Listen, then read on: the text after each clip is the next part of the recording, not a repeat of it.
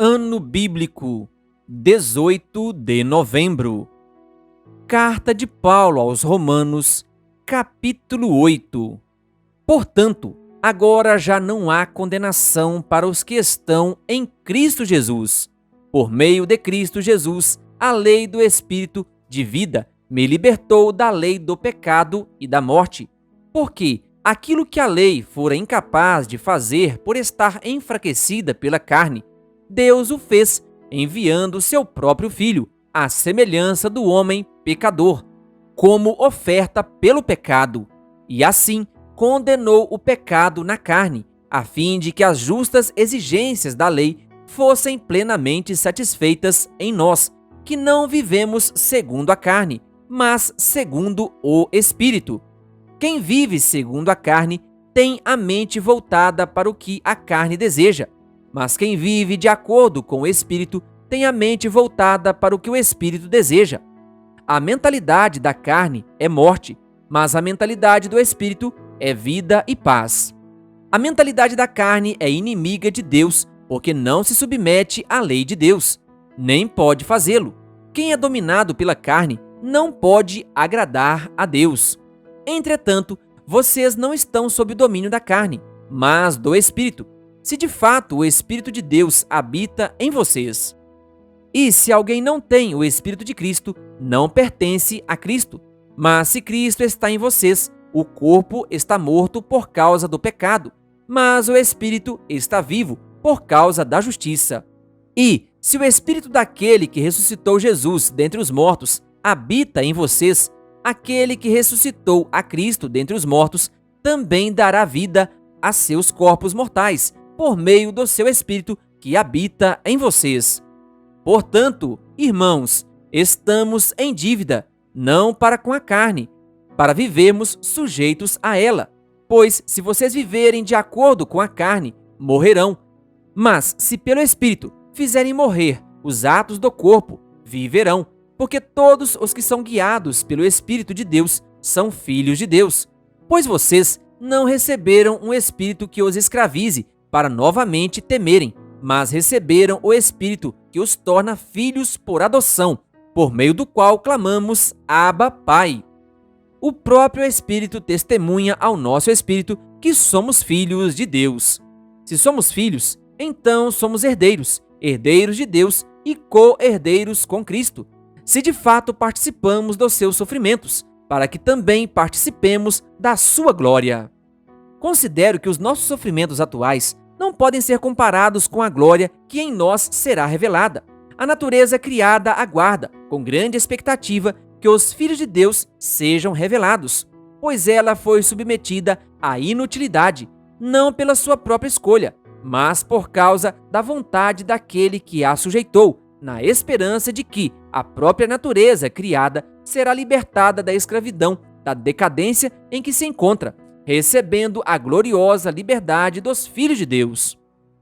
Sabemos que toda a natureza criada geme até agora, como em dores de parto, e não só isso, mas nós mesmos, que temos os primeiros frutos do Espírito, gememos interiormente, esperando ansiosamente nossa adoção como filhos, a redenção do nosso corpo, pois nessa esperança fomos salvos. Mas esperança que se vê não é esperança. Quem espera por aquilo que está vendo? Mas se esperamos o que ainda não vemos, aguardamo-lo pacientemente. Da mesma forma, o Espírito nos ajuda em nossa fraqueza, pois não sabemos como orar, mas o Espírito intercede por nós com gemidos inexprimíveis. E aquele que sonda os corações conhece a intenção do Espírito, porque o Espírito intercede pelos santos de acordo com a vontade de Deus. Sabemos que Deus age em todas as coisas para o bem daqueles que o amam, dos que foram chamados de acordo com o seu propósito. Pois aqueles que de antemão conheceu, também os predestinou para serem conformes à imagem de seu Filho, a fim de que ele seja o primogênito entre muitos irmãos. E aos que predestinou, também chamou. Aos que chamou, também justificou. Aos que justificou, também glorificou. Que diremos, pois, diante dessas coisas? Se Deus é por nós, quem será contra nós? Aquele que não poupou seu próprio filho, mas o entregou por todos nós, como não nos dará juntamente com ele e de graça todas as coisas? Quem fará alguma acusação contra os escolhidos de Deus? É Deus quem os justifica. Quem os condenará? Foi Cristo Jesus que morreu e mais, que ressuscitou e está à direita de Deus e também intercede por nós. Quem nos separará do amor de Cristo? Será tribulação, ou angústia, ou perseguição, ou fome, ou nudez, ou perigo, ou espada? Como está escrito: por amor de ti, enfrentamos a morte todos os dias. Somos considerados como ovelhas, destinadas ao matadouro.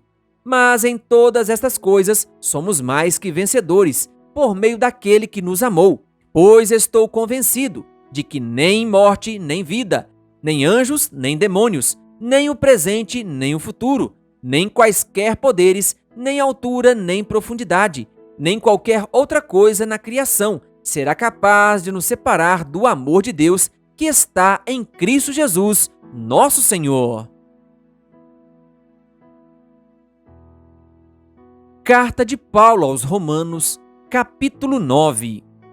Digo a verdade em Cristo, não minto. Minha consciência o confirma no Espírito Santo. Tenho grande tristeza e constante angústia em meu coração, pois eu até desejaria ser amaldiçoado e separado de Cristo, por amor de meus irmãos, os de minha raça, o povo de Israel. Deles é a adoção de filhos, deles é a glória divina, as alianças, a concessão da lei, a adoração no templo e as promessas. Deles são os patriarcas, e a partir deles se traça a linhagem humana de Cristo, que é Deus acima de todos, bendito para sempre. Amém. Não pensemos que a palavra de Deus falhou, pois nem todos os descendentes de Israel são Israel. Nem por serem descendentes de Abraão, passaram todos a ser filhos de Abraão. Ao contrário, por meio de Isaque, a sua descendência será considerada. Noutras palavras, não são os filhos naturais, que são filhos de Deus, mas os filhos da promessa, é que são considerados descendência de Abraão. Pois foi assim que a promessa foi feita: no tempo devido virei novamente, e Sara terá um filho. E esse não foi o único caso. Também os filhos de Rebeca tiveram um mesmo pai, nosso pai Isaque.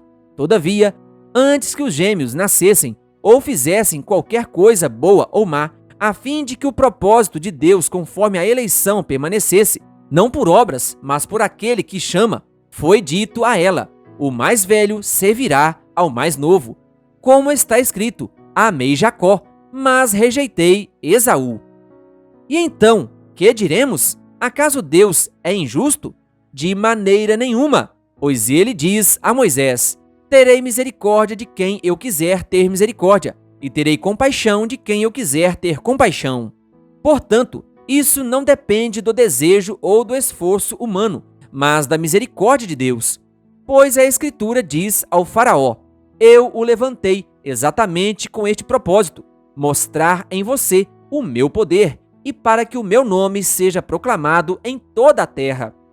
Portanto, Deus tem misericórdia de quem Ele quer, e endurece a quem Ele quer. Mas algum de vocês me dirá: então, por que Deus ainda nos culpa? Pois, quem resiste à sua vontade? Mas quem é você, ó homem, para questionar a Deus? Acaso aquilo que é formado pode dizer ao que o formou: por que me fizeste assim? O oleiro não tem direito de fazer do mesmo barro um vaso para fins nobres e outro para uso desonroso?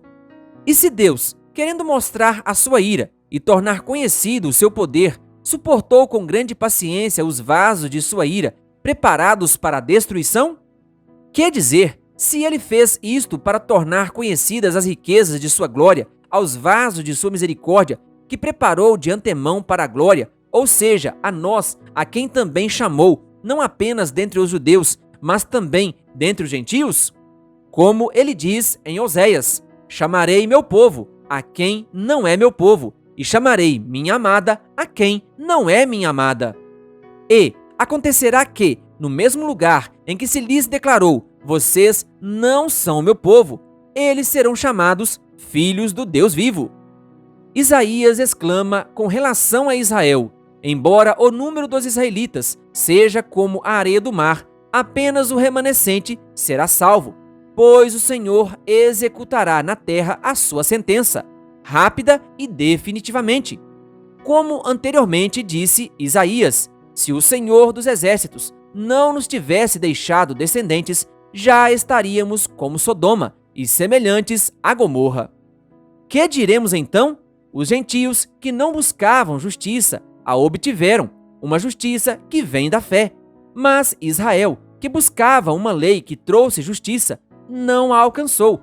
Por que não? Porque não a buscava pela fé, mas como se fosse por obras. Eles tropeçaram na pedra de tropeço, como está escrito: eis que ponho em Sião uma pedra de tropeço e uma rocha que faz cair, e aquele que nela confia jamais será envergonhado. Carta de Paulo aos Romanos, capítulo 10. Irmãos, o desejo do meu coração e a minha oração a Deus pelos israelitas é que eles sejam salvos.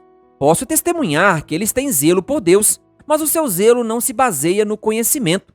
Porquanto, ignorando a justiça que vem de Deus e procurando estabelecer a sua própria, não se submeteram à justiça de Deus.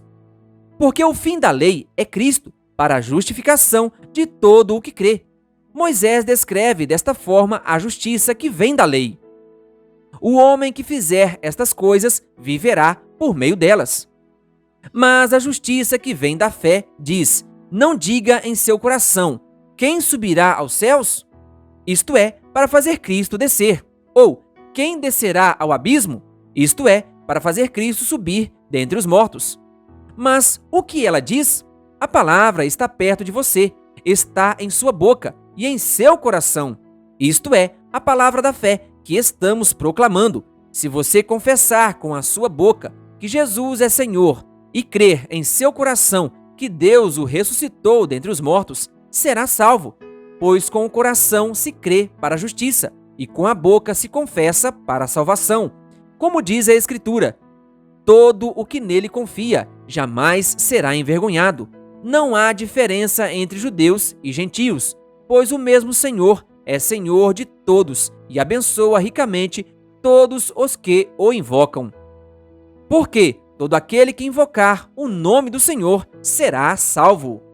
Como, pois, invocarão aquele em quem não creram? E como crerão naquele de quem não ouviram falar? E como ouvirão se não houver quem pregue? E como pregarão se não forem enviados? Como está escrito: como são belos os pés dos que anunciam boas novas. No entanto, nem todos os israelitas aceitaram as boas novas, pois Isaías diz: Senhor, quem creu em nossa mensagem?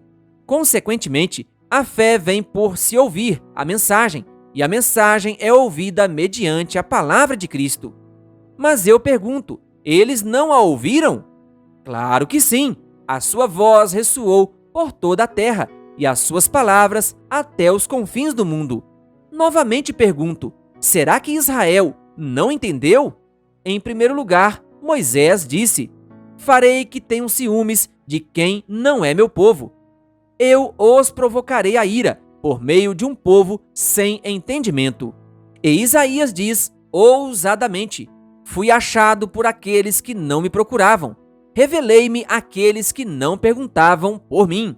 Mas a respeito de Israel, ele diz: o tempo todo estendi as mãos a um povo desobediente e rebelde. Querido ouvinte, que Deus lhe abençoe. Se inscreva em nosso canal e ative o sininho das notificações. Canal O Bom da Bíblia, compartilhando a Palavra de Deus.